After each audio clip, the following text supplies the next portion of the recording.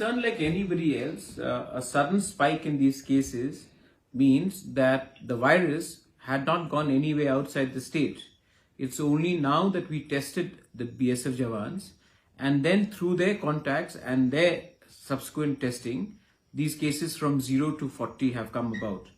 So, of course, I'm concerned. I'm also concerned that this virus does not spread into the civilian population, because right now it's under a confinement. But then if these Jawans have come into contact with the villagers or with people in their day-to-day life, or the doctors who then have subsequently passed it on, then this is a big concern, and I'm extremely worried like anybody else that if there is more testing, more could be found out. So yes, we are all keeping our fingers crossed. But the bigger point here is that what are we doing? Rather, we are just hiding away from the virus. Are we doing something to take on the virus? Are we doing something which will help our people understand that more needs to be done? So that's where my bigger concern is. And what are the reports you're getting from the ground? Even though, as you rightly mentioned, the outbreak was inside the BSF campus, but definitely, the BSF paramilitary do have contact with the civilians. So there is no room for compromise. Are you satisfied with the piece of contact tracing that has been initiated, especially in Dhalai district? It's not only Dhalai district, it's all over Tripura. Because you've had traces in Gomati, you've had these people in Gandachara. These are areas which are slightly remote. Ambasa, of course, being the epicenter right now. But my point is, I don't want to indulge in saying that the government is doing a bad job. The government is obviously trying. But the fact is that, was the government prepared? I believe that the government was prepared only to a certain degree, not only in Tripura, but across the country. And the opposition had nothing positive to even offer to the government. So I believe that the lack of preparedness, the lack of response is a collective fault of both the opposition, which is indulging in negative propaganda, and the government, which is looking at event management. So I think on both sides, both the opposition and the government needs to buck up. And this is a big sign to all the people of this country not to depend only on politicians. Democracy does not only depend on one pillar of society. There are different pillars of society, whether it is judiciary, whether it is media, whether it's civil society itself. So I think it's time we stepped up ourselves. Certain states are doing a better job than the other. In my state, I believe that the government needs to engage more with the people. The helplines need to be picked up by people when people call up who are desperate. The government needs to be more proactive. The government cannot depend on one individual to function. In Assam, it is Himanta Biswa Sarma who is the face which is fighting the COVID. My question is, where are the other people who have been elected? Why aren't they there themselves in the constituencies, in their districts? The same way in Tripura, it cannot be one or two individuals who are supposed to be outsourced the fight against COVID. It has to be everyone, including the people in the opposition, the people in the government, the MLAs, the DMs, the judiciary, the media, everyone. And they cannot be towing a propagandist line. So when you say that we cannot just depend on the politicians or the government, is this not where also somebody like you step in Tripura, possibly? Well, my organization, Tripura, has probably done the most amount of work, not just in Tripura, but even outside Tripura. Whether it is helping our students or migrant workers in Guwahati, whether it was in Hyderabad, whether it was in Bangalore, Chennai, Kerala, Maharashtra, we have been helping. In Tripura itself, we have helped over 9,000 families. This is big numbers, and we have not taken donation from any political parties or any religious organization. These are self-funded. And when we started with our own money. जब तक लोग पैसा अपने pocket से निकालकर लोगों को नहीं देंगे, वो सोशल मीडिया में if you keep on giving somebody 2 kilos of rice and taking a photograph and then doing a photo of what comes out of it.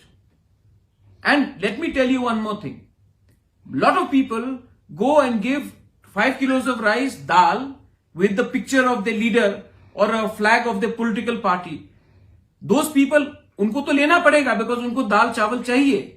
लेकिन they also have self-respect. क्योंकि they don't have rice and food ration right now, they are taking it. But to do this and then to put it up in Facebook and Instagram and say we have helped 5 people, what are we doing? This is not the time for us to be Congress, BJP, CPM, AGP, any party. This is the time for us to help each other irrespective of our political and religious affiliation. So, yes, my organization has done it and we have done a very good job, and now we have also announced a further fund where whoever is stranded outside Tripura and wants to come back, we will also contribute in cash to help them to come back. Of course, they will have to contribute something on their own, but we are doing it from our own pockets. These are very important things. Yeah. Now, also, every time in most of the states, of course, thankfully it's less now as they've witnessed in the country, but every time it becomes the opposition versus the government thing when in any crisis. But this crisis is totally different.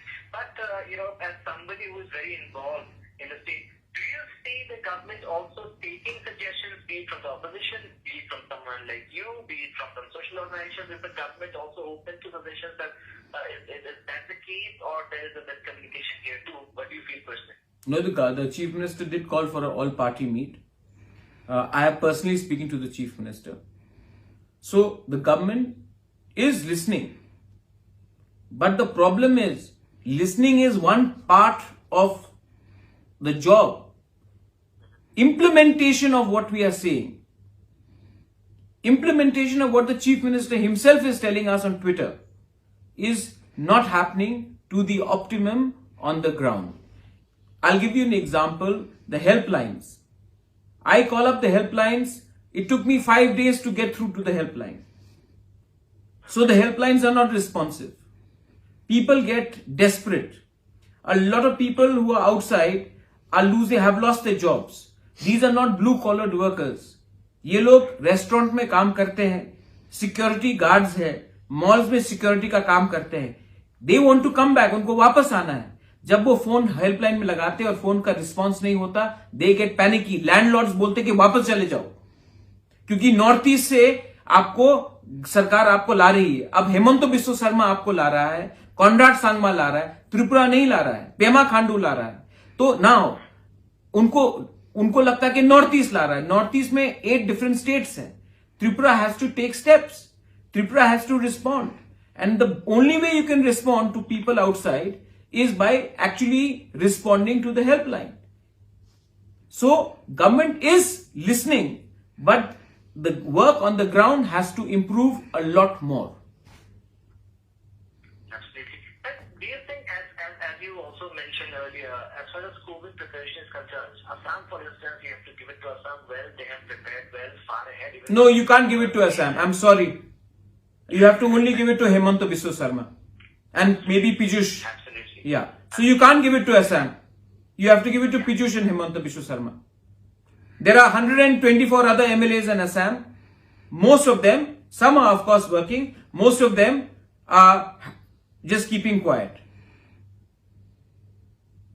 Absolutely. That has been the case. It's been a one-man show. But again, Tripura, now we have, it may be the BSF, paramilitary, but we have 42 cases, 40 active cases. But we still are looking for a completely, dedicated COVID hospitals or GB type hospital. Shouldn't that have been converted into? I think that GB should not have been converted. COVID hospital.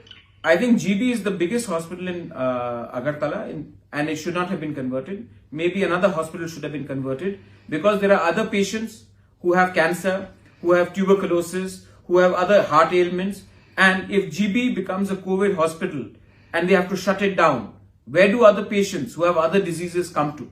So I think my suggestion is that there should be other hospital in Agartala itself, in the periphery, which should be converted into a COVID hospital, and GB should still be a hospital for other patients with other illnesses to come to. That's my view at least. Because if GB shuts down, like the Jaslok Hospital in Bombay or other hospitals, because there are the doctors have got corona and the entire place has become a hotspot, then where do people go to?